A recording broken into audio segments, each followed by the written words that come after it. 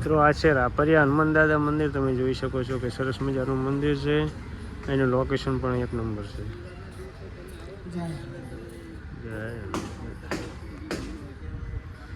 એ શનિવારે full traffic હોય છે. અત્યારે ટાઈમ થઈ ગયો છે 12 વાગ્યાનો, એટલે અત્યારે કોઈ પબ્લિક નથી. અને આપણે હવે દર્શન કરીશું હનુમાન દાદાના. તો કોમેન્ટમાં જઈ હનુમાન દાદા લખી નાખજો.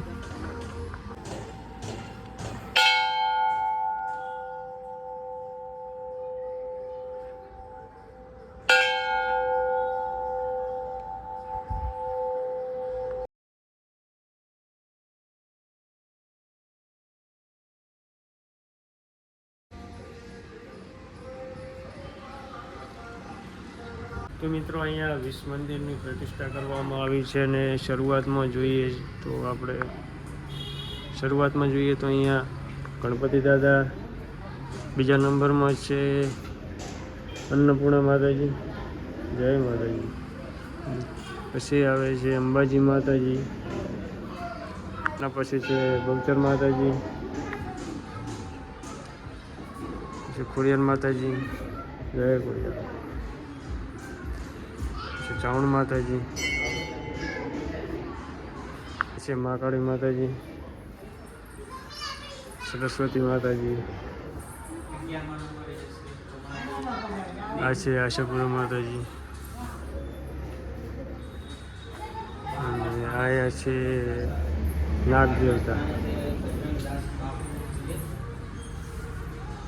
પછી આગળ છે કમળાદેવી માતાજી,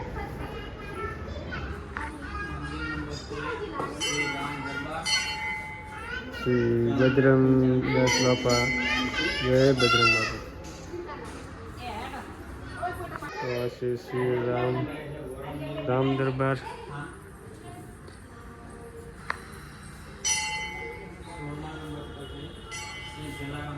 અહીંયા છે અખંડ જ્યોત.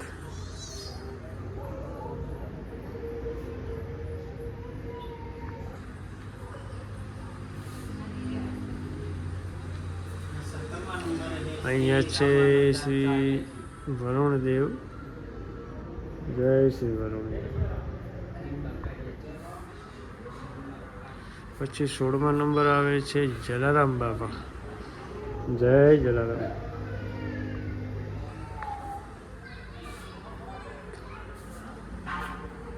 અહીંયા 17મા નંબરમાં આવે છે શ્રી રામાનંદાચાર્યજીનું પ્રતિષ્ઠા. 18મા નંબરમાં છે શ્રી નિંબા કાર્યાચાર્યજી, જય શ્રી નિંબા કાર્યાચાર્યજી.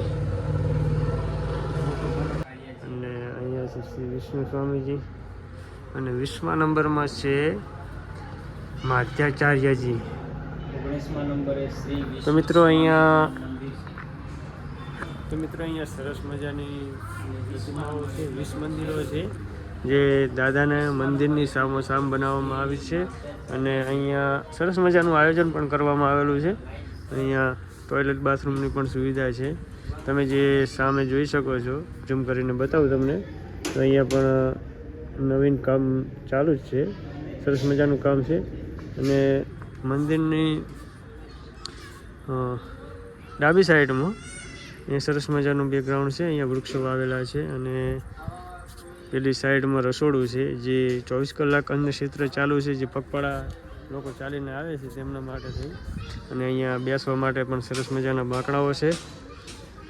તો રાધનપુર આવો તો અહીંયા રાપરિયા હનુમાન દાદા મંદિર આવવાનું ભૂલતા નહીં. અહીંયા લોકો દૂર દૂરથી પણ આવે છે. અને દર શનિવારે અહીંયા મેળા જેવું વાતાવરણ હોય છે. જોઈ શકો છો કે જેટલા દેવી દેવતાઓ છે તેમની અલગ અલગ રીતે ધજાઓ છે એમની, જેમ કે ચાવણ માતાજી, બહુચર માતાજી, ખોડિયાર માતાજી. સરસ મજાનું બેકગ્રાઉન્ડ છે મિત્રો. તો આ ધાર્મિક સ્થળ એવું છે, એકદમ મજા આવે, તમને સ્વર્ગની અનુભૂતિ થાય એવું વાતાવરણ છે અહીંયા. તો અહીંયા રાધનપુર આવો તો રાપરિયા હનુમાન દાદા મંદિર આવવાનું ભૂલતા નહીં.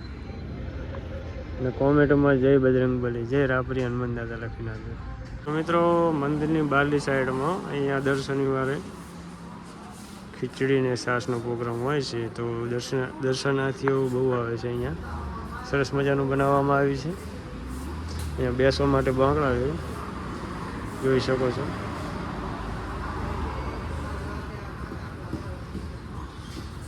ઉપર પંખાની પણ સુવિધા છે. ચા પાણીની વ્યવસ્થા કરવામાં આવે છે.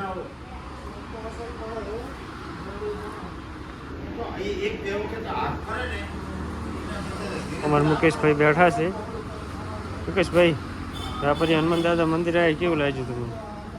હું બેઠો છું એ પ્રમાણે તમને એવું લાગતું હોય છે કે અરે થાકીને બેઠો, પણ ના, હકીકતમાં આપણે અહીંયા કોઈ બી મંદિરે જઈએ ને તો શાંતિથી 5-10 મિનિટ બેસો, તમારા મનને શાંતિ મળે. અને અહીંયા આવીને તમે શું શું જોયું એને પણ 5 મિનિટ તમે યાદ કરો ને તો મગજ એકદમ ફ્રેશ થઈ જાય છે. અને ગમે ત્યારે આવો ને તમે, અથવા ઘરે પણ યાદ કરો ને તો એકદમ સારી રીતે તમને આખો નજારો લાઈવ જોવા મળે.